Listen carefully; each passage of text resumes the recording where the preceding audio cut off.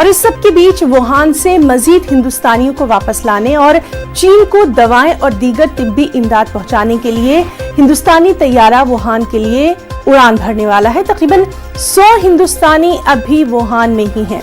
ख्याल रहे कि इससे पहले भी तकरीबन 300 शहरियों को वापस लाया जा चुका है।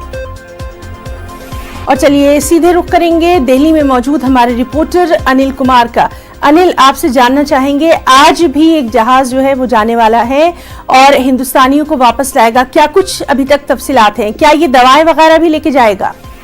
निश्चित तौर पर कोरोना वायरस जिस तरह से अपना प्रकोप फैलाता जा रहा है, करीब 2000 से ज्यादा लोग इसकी चपेट में आकर के अपनी जान गंवा चुके हैं। तो ऐसे में हमने देखा कि इससे पहले भी जब एयर इंडिया ने अपने 2 सबसे जो विमान है, बड़े विमान उन्होंने भेजा था चीन के वुहान शहर में, तो वहां से उन्होंने 647 लोगों को देश वापसी लाया था। तो आज उसी कड़ी में अभी भी जो खबरें मिली है, जिस तरह से सोशल मीडिया में कई वहां जो भारतीय फंसे हुए हैं चीन में, उन्होंने भी भारत सरकार से गुजारिश की थी कि उन्हें भी एयरलिफ्ट किया जाए। तो इसके लिए जो वायुसेना है वो आगे बढ़कर आया है और मेडिकल इक्विपमेंट के सहित जो दवाएं होती हैं खास करके कोरोना वायरस से के लिए, तो उससे भी लेकर के यहाँ से ले जाया जाएगा ताकि वहाँ पे जो कोरोना वायरस से प्रभावित लोग हैं उनकी जान बचाया जा सके। साथ ही मैं आपको बताना चाहूंगा कि आज एयरक्राफ्ट C-17 ग्लोब मास्टर, ये वो एयरक्राफ्ट है वायुसेना को जो सबसे बड़ा एयरक्राफ्ट होता है और किसी भी मौसम में उड़ने में ये सक्षम होता है।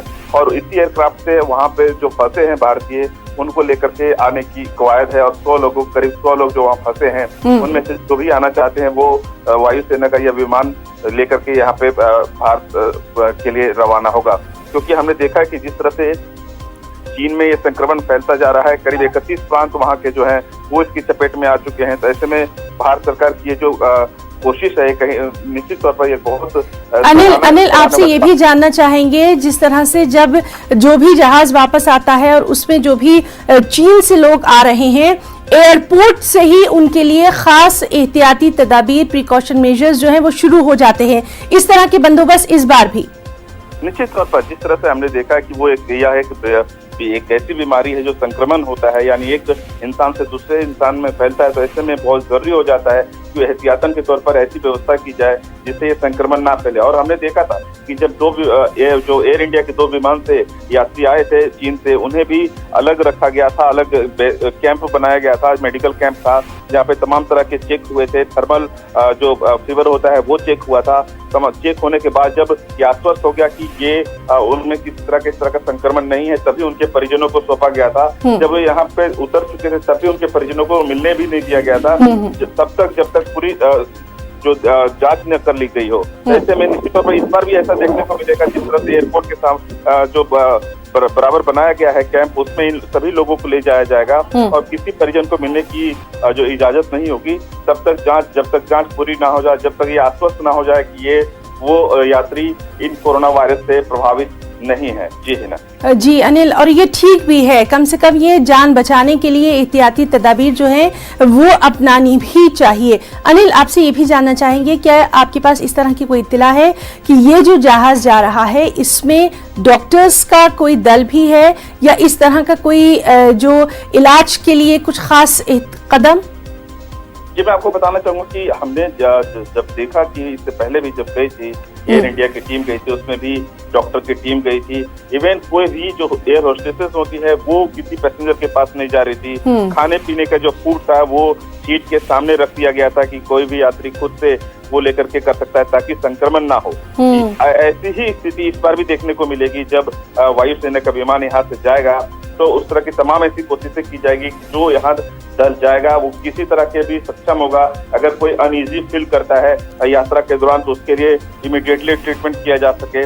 और जो उपकरण होते हैं, जो दवाइयाँ होती है खास करके इस संक्रमण से लड़ने के लिए, सस्टेन करने के लिए, तो उससे संबंधित तमाम ऐसी जो व्यवस्थाएं हैं वो लेकर के जा रही है ये जो फ्लाइट जा रहा है। ऐसे में निश्चित तौर पर जो एक दल है खास करके चिकित्सा का वो साथ में जा रहा है ताकि जो यात्रा के दौरान, क्योंकि यहाँ से चीन के बीच कई घंटे लगते हैं आने में, तो ऐसे में निश्चित तौर पर अगर कोई अनईजी फील करता है तो उसको तुरंत ट्रीटमेंट दिया जा सके, इसके लिए तमाम व्यवस्था के साथ ये विमान आज भारत की भूमि से उड़ेगा। जी अनिल, आपसे ये भी जानना चाहेंगे, जापान क्रूज यानी शिप की भी बात सामने आई थी और इसमें भी कहा जा रहा था कि जापान के साहिल पर जो लंगरअंदाज जहाज है उसमें भी हिंदुस्तानी जो हैं वो परेशान है। इसके ताल्लुक से क्या कुछ अपडेट है, कोई खबर?